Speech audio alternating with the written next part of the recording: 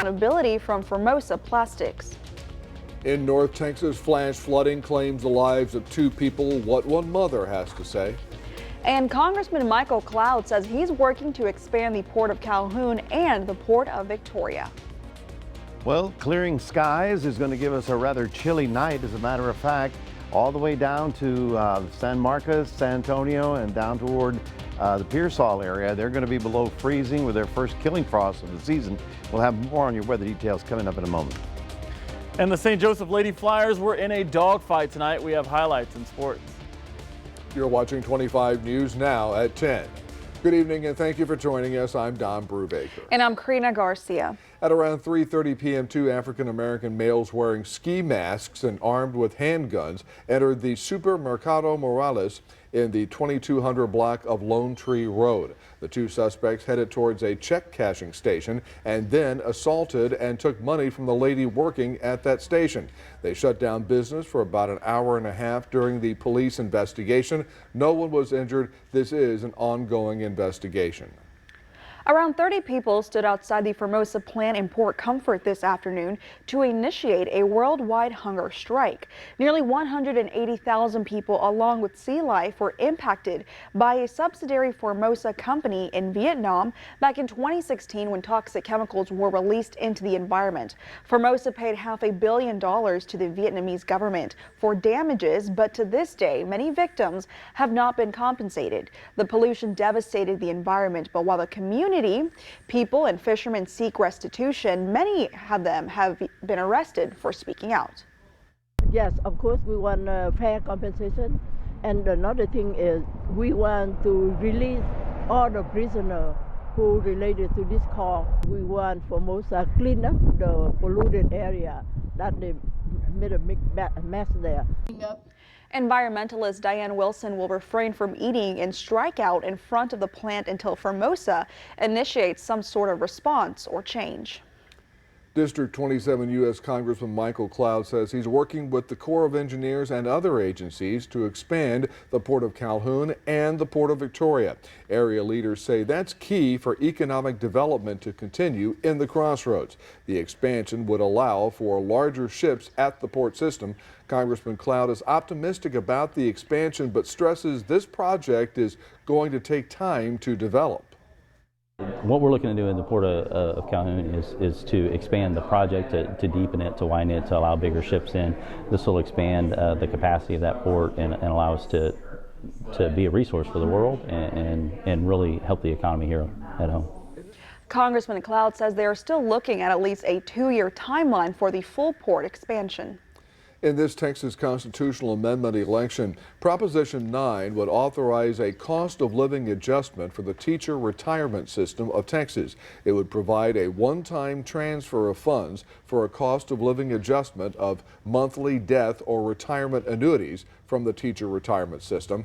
Without having received a cost of living adjustment in nearly 20 years, retired teachers have lost considerable buying power with their TRS annuity due to cost increases and high inflation. Election day is Tuesday, November 7th. Well, Don, those cost increases and high inflation rates are impacting current educators. Victoria ISD wants to plan a way to get more funding for their teachers. And the district is asking for the community's help. 25 News Now reporter Adarius McCormick talked with Victoria ISD officials about what they need. Adarius? That's right, Don and Karina. Victoria ISD wants to invite the community to several public hearings regarding a budget raising pay for its teachers and staff. The school district's teachers are paid less than the state average and less than some area districts. Although VISD has no bonds for use, the school district wants to allocate local funds to their teachers, staff, and some of their buildings. VISD's deputy superintendent says the district wants to hear from the community about their decision with the funds. Do we put them on the side of pay increases, or do we put them on the side of building facilities? Right now we've been trying to do both, and we want to know, is that what the community wants? The public hearing started on Monday, October 30th. One meeting starts Monday, November 6th at 5:30 at the STEM Middle School cafeteria, with the next starting Monday, November 13th at 5:30 at the Smith STEM Academy cafeteria. Come to crossroadstoday.com to learn more about involvement in the meetings. Don, Karina, back to you. Darius, thank you. Early voting in Victoria for the November 7th election continued Tuesday. The numbers from the Victoria County Election Administrator look like this here in just a second. 270 people, there we go. That's the wrong one actually, but 270 people voted in person early Tuesday. 1,283 people have voted early in Victoria County so far, and 4 mail-in votes were received Tuesday, a total of 379 mail-in votes so far.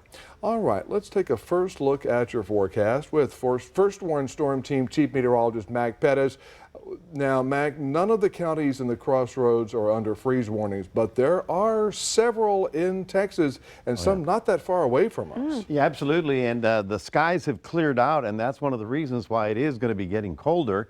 The freeze line will be somewhere about College Station to Austin and down toward the Del Rio area. So we're not in it directly, but we're probably going to see a couple of 30s around our area tonight. And clear, cold nights and sunny and milder days is kind of what we're looking at. We'll have more details on your rest of the week forecast coming up in a moment. Back to you. Mac, thank you. 2 North Texas families are reeling after flash flooding killed 2 drivers along the same stretch of a rural roadway this past weekend. In Kaufman County, 2 drivers died after being trapped in high water Saturday morning. 23-year-old Angel McKnight was driving early Saturday morning to check on her mother in Dallas, but floodwaters swept away her SUV. The vehicle then became trapped underneath the roadway. Her family rushed to the scene, but hours later, authorities made the terrible discovery. Pulled the vehicle out. She wasn't in it, so we thought some kind of relief, but she would have called, this and that. So there was a boat, and then they got her on the side of the pond on that side. And then my twin identified the body because I couldn't do it. The Kaufman County Sheriff's Office says 70-year-old Sheila Butler was also killed in the weekend flooding. The county's emergency management coordinator says 30 homes suffered damage. And Kaufman County says damage will not qualify for federal aid, so they will be relying on help from local organizations. This fire destroyed a home on Meadow Lark Street. It happened Monday around 1:23 a.m. The Victoria Fire Department responded to the fire in the 2800 block of Meadow Lark Street. That's near North Bend Wilson Street and Lone Tree Road. The Texas Senate Tuesday passed a bill increasing the funding to build a border wall. The bill would devote over $1.5 billion to continue building the border wall, in addition to the over $5 billion in the budget to continue funding Operation Lone Star. The bill would also increase law enforcement at the Colony Ridge development in Liberty County. A ban on COVID-19 vaccine mandates for employees of private Texas businesses is on its way to Governor Greg Abbott's desk, carrying with it a $50,000 fine for employers who punish workers for refusing the shot. The Texas Tribune reports senators accepted the House version of the legislation this afternoon. The legislation offers no exceptions for health facilities. Private employers are allowed by the legislation to require unvaccinated employees and contractors to wear protective gear. The City of Victoria and AEP Texas have wrapped up the second phase of the citywide lighting project. During the past year and a half, AEP has replaced almost 3,700 amber-colored high-pressure sodium streetlights, about 85% of streetlights in Victoria, with bright white LED models. AEP is still replacing 360 lights on the north side of Victoria. These remaining lights will be upgraded by the end of the year. Remember to subscribe to our YouTube channel, Crossroads Today. Hit the like button and click the notification bell so you can see Crossroads Today on YouTube. One man is facing charges after a shooting over the weekend in Chicago. Coming up on 25 News Now at 10, the multiple charges that suspect is facing. Also ahead, the president is introducing a new rule to help Americans deal with junk fees.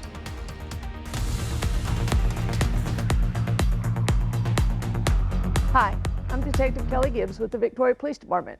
Victoria Crime Stoppers is seeking information about a burglary of a motor vehicle. On October 10th, 2023, at about 9:30 a.m., a toolbox was stolen from a vehicle located at the 8000 block of North Navarro. Surveillance cameras showed the suspect to be a white male with a goatee, wearing a blue long-sleeved hoodie shirt, gray shorts, and a red and black baseball cap. The suspect left the location in a white SUV. If you have any information about this burglary of a motor vehicle, please call Victoria Crime Stoppers at 361-572-4200. You can also submit a tip by using the P3 Tip app on your Android or Apple device, or by visiting our website at www.crimestoppersvictoria.com. All tips are anonymous, and if you give information that leads to an arrest or charges being filed, you could earn a cash reward. With the Victoria Police Department, I'm Detective Kelly Gibbs.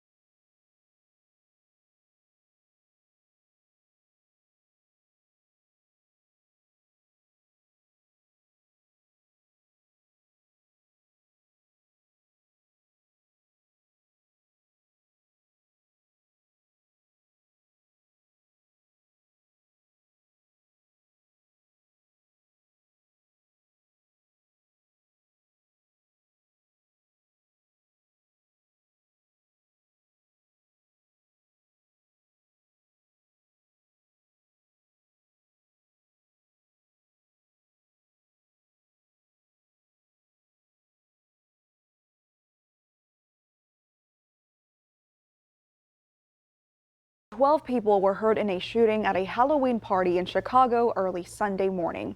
Authorities say a gunman fired into the crowd and then ran away.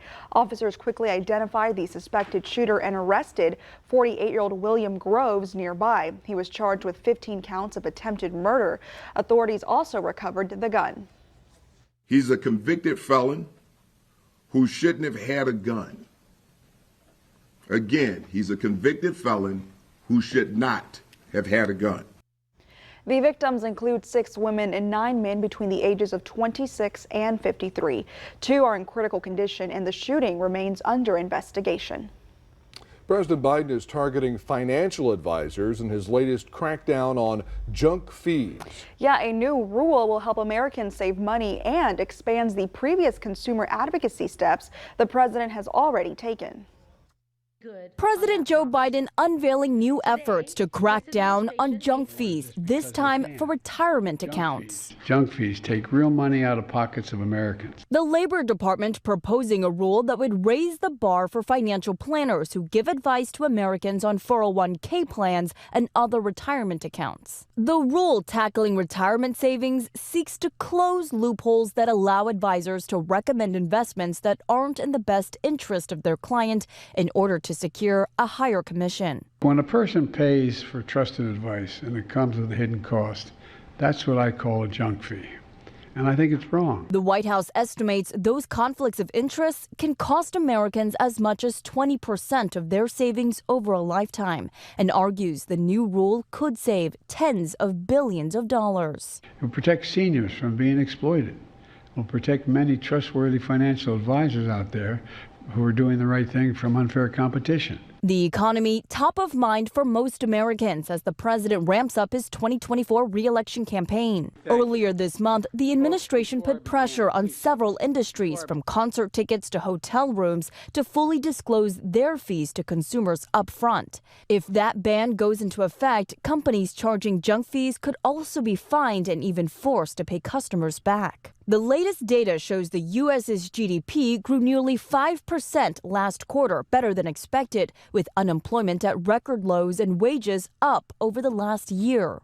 Despite that, inflation remains stubbornly high, and the president continues to face low approval ratings for his handling of the economy. The new proposals are part of the administration's economic plan dubbed Bidenomics. Officials have yet to give any guidance as to when the changes could take effect. Emlyn, ABC News, Washington.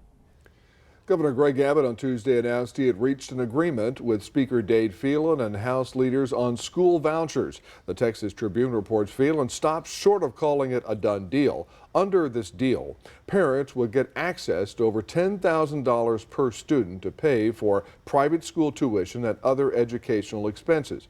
The deal includes funding for public schools and teacher raises. The special session must end by November 7th. A Dutchman who confessed to killing Natalie Holloway in 2005 in Aruba has been returned from the U.S. to Peru to serve the remainder of his prison sentence for murdering a Peruvian woman. Joran Vandersloot arrived in Lima on Tuesday in the custody of law enforcement. Peru's government agreed in June to extradite him to the U.S. to face trial on extortion and wire fraud charges for extorting Holloway's mother. He pleaded guilty to those charges and was sentenced to 20 years in prison. While ghosts and goblins are done for the year, Halloween isn't the last day to celebrate the dead. November 1st is Dia de los Muertos, or the Day of the Dead. It's a Mexican holiday where people welcome their deceased relatives for a visit. The brightly painted smiling skulls are called calaveras, and their purpose is to show that death is not scary. The Day of the Dead is about remembering death is part of the human experience and an opportunity to be reunited with those who went before you. So here is your viewer poll tonight. You can scan that QR code on your screen to vote. The question is, do you plan to dress your pet for Halloween? Yes or no? According to our results, it looks like 11% said yes and 89% stand at no. We also want to see those pet photos, so you can still submit them on crossroadstoday.com. Well, good evening, everybody. It is 45 degrees out there. It feels like 41, so right on the money in terms of the forecast, because pretty soon it's going to feel like it's in the 30s. We, of course, today had a high of only 60 about 3 o'clock with the morning low of 45. No significant rainfall, only 1/100th of an inch of rain, bringing us to 566 for the month and 3124 for the year. That's still almost 4 to 4 inches below our seasonal average. Coming up, we'll be talking about what to expect for the rest of the week. We're going to call it chilly nights, but milder days. All that coming up in just a moment.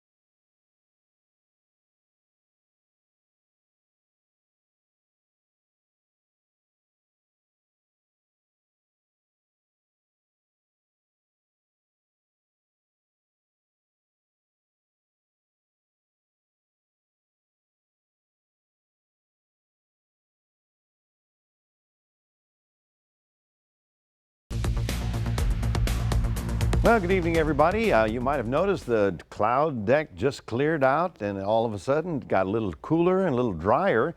That's sort of the good news, because for the next few days we're going to be seeing more and more, well, actually quite a bit of sunshine. You can see how the cloud deck is now out over the Gulf. So is all the rain. So all that dreary stuff that we had past couple of days, that's pretty much gone. We're looking for sunny skies and slowly warming temperatures. Now, because of the clearing skies that we talked about earlier, we have freeze warnings that are up for a lot of Texas and a lot of the southeast. You can see it all the way out here into Alabama, Mississippi, Louisiana, and from about Lufkin to Austin and very close to San Antonio, probably in the suburbs, and down to Pearsall. The freeze warning will be the first hard freeze of the season. So basically, I'm sure all the fields, the crops are in, but wild grasses, plants, a lot of them are going to go dormant now with the first below freezing night that we're going to get. The only plants that vegetation that likes the cold temperatures are the peach trees up in Fredericksburg, because they need a certain hours of chilling, is what they call, in order to have a good spring season. So, yep, it's going to be chilly. Look at that. Even we are going to be in the 30s, or some of us in the Crossroads are going to be in the 30s by tomorrow morning. Okay, so obviously the closer you are to the Gulf, the milder it'll be. If you're inland, you're likely to see some 30s tomorrow morning. 34 in Austin, 37 for us. How about that? High temperatures tomorrow, however, getting up into the 60s after that long, dreary spell of, 3 days of cloudy weather. Well, let's see, Monday, Tuesday, that was it. Just seemed like forever. Anyway, now high pressure is over us. That was bringing us that north wind, but now that system is moving to the east, and so that's going to turn the winds around and bring back the southeast wind, probably, if not tomorrow, by Thursday for sure, and that southeast wind will start to warm us up, and that's what's going to be a big factor. Lots of sunshine, clear, chilly nights, but slowly moderating temperatures over the next couple of days as high pressure sort of parks itself on the east coast. Out on the west coast, we're looking at the next big winter storm.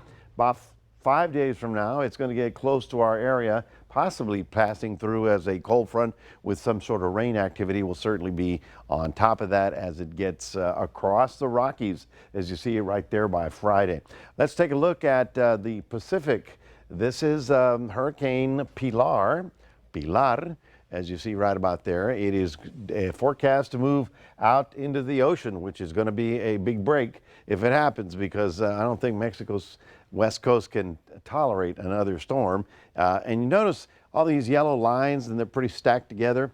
Well, that's the what we call the prevailing westerlies. During the winter this time of year, it's a fast jet stream that goes across the North America, and if anything were to get up in this area, well, then it'd be sweeping across the country. There's another development right about here, and that's out in the Atlantic. Not a problem. It's going toward Belize.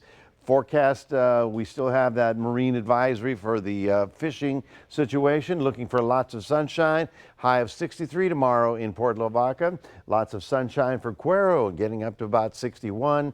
And as I mentioned, we're going to start warming up to the 70s and to the 80s by the weekend, with no real problems in sight until about Tuesday of next week, to see if that front makes it all the way from the west coast. That is your 7-day forecast, reminding everybody we do have a QR code. We would love for you to scan that and put Crossroads Today on your phone. Here's Gino with some sports. Thanks, Matt. Game 4 of the World Series is ongoing, and it's getting down to the nitty-gritty. That's coming up after the break.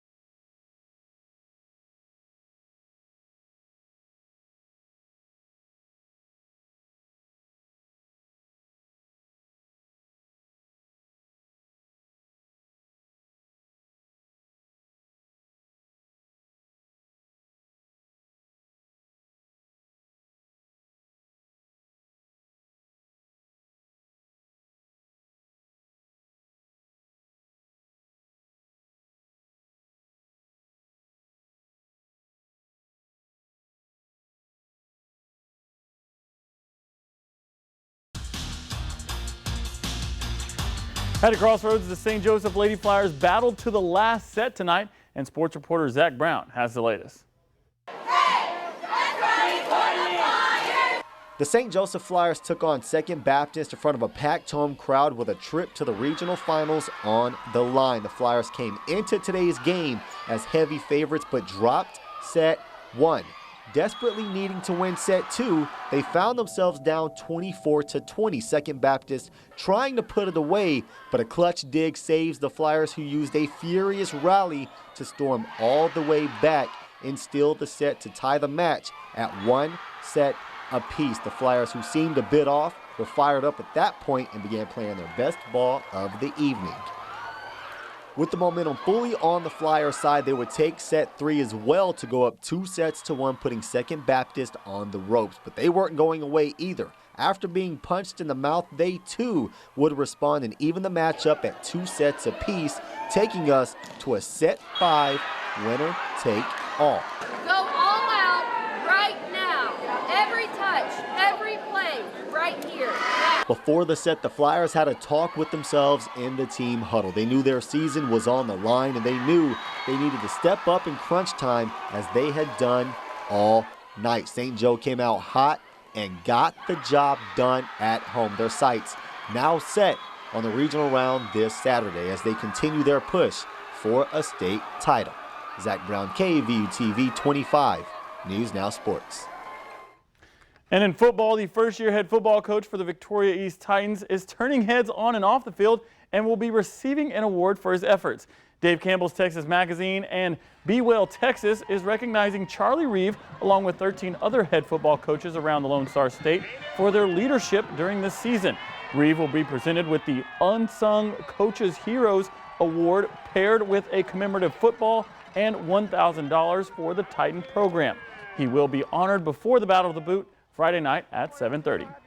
Game 4 of the World Series was over before it started, but it got closer. Simeon would launch one down the line in the top of the second to bring in 2 runs as he would be on his way and slide in for the triple. The Rangers score 5 runs in 1 inning. Then in the top of the third with 2 outs again, Simeon goes yard to bring in 3 runs and make it another 5-run inning with 2 outs. The game got closer and the D-backs would score 4 runs in the 8th and 2 in the bottom of the 9th, but the final score would be 11-7, Rangers with a 3-1 lead. And news for the Rangers is Adolis Garcia and Max Scherzer are both off the Rangers roster and will not play the rest of the World Series. And lastly, the college football playoff initial picture was released today. Oregon makes it into number 6, Washington sits at 5, Florida State and Michigan at 4 and 3, Georgia at number 2, and Ohio State at number 1. The Texas Longhorns are just outside the playoff picture, sitting at number 7, and Oklahoma at number 8. Well, that's your sports. Don and Karina, back to you. Thanks, Gino. Now stay with us. Coming up on 25 News Now at 10, we'll take a last look at your weather with Mac. Plus, a man was rescued from the Florida Everglades after his plane crashed.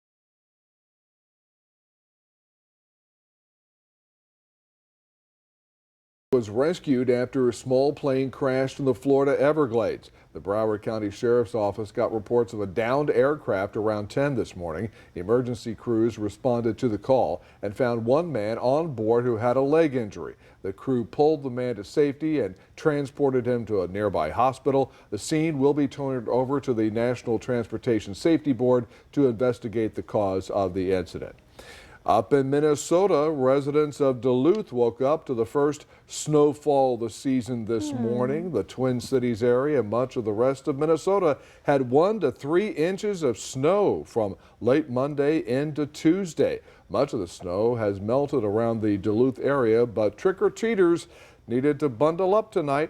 As they head into the evening hours, temperatures were in the 20s and partly cloudy to mostly clear skies. I got to tell you, in our neighborhood tonight, even though the temperatures in the 50s or 40s, there were a whole bunch of trick-or-treaters. Oh, they were getting after it. So they didn't care about, oh, Burr, it's, 50s. They were prepared. Yes. They probably had, warm-ups under their costumes. They watched you, so they knew what to do. I'm so glad I was here to help.